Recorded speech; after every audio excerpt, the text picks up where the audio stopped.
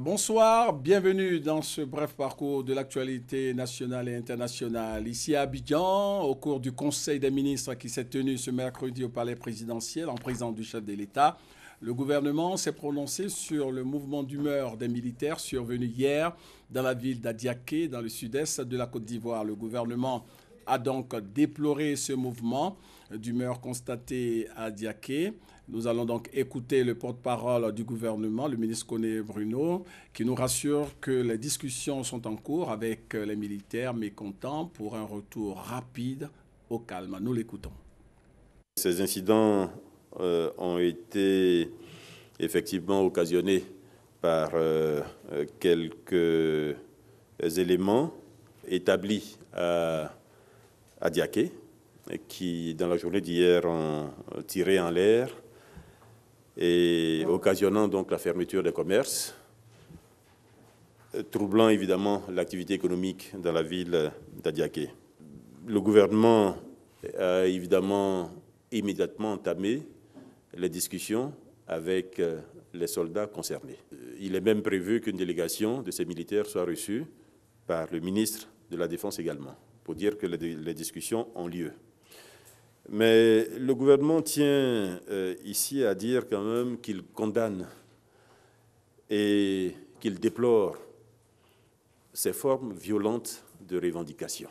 L'idée, c'est, quand il y a des choses qui ne vont pas, d'alerter et d'alerter de façon paisible la hiérarchie concernée, de façon à ce que les problèmes soient remontés, s'il le faut, jusqu'au Conseil des ministres, s'il le faut, jusqu'au président de la République. Mais dans tous les cas de figure, l'idée, c'est de dire calmons les choses et discutons chaque fois qu'un problème se pose. Parce que malheureusement, chaque fois qu'il y a des revendications dans ces formes, c'est des blessés.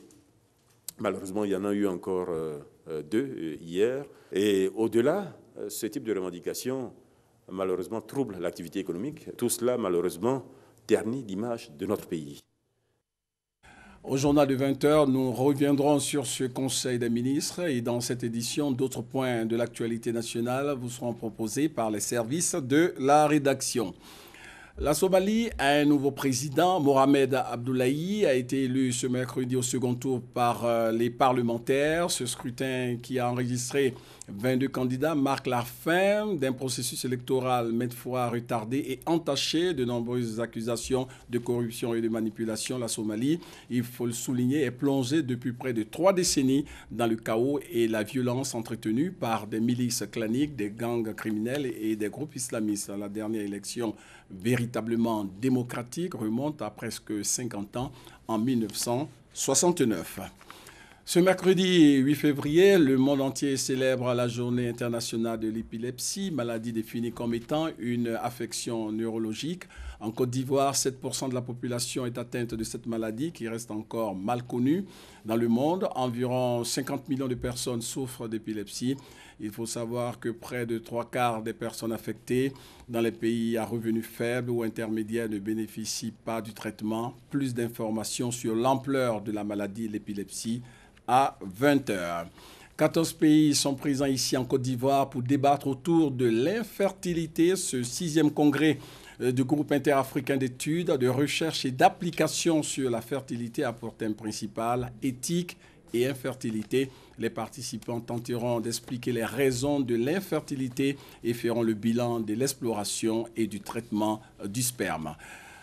Le divorce entre le Royaume-Uni et l'Union européenne a franchi ce mercredi une nouvelle étape. Les 650 élus du Parlement britannique ont adopté en première lecture un projet de loi donnant à la première ministre Theresa May les pouvoirs de lancer la procédure de divorce avec l'Europe 7 mois et demi après le vote des Britanniques sur le Brexit.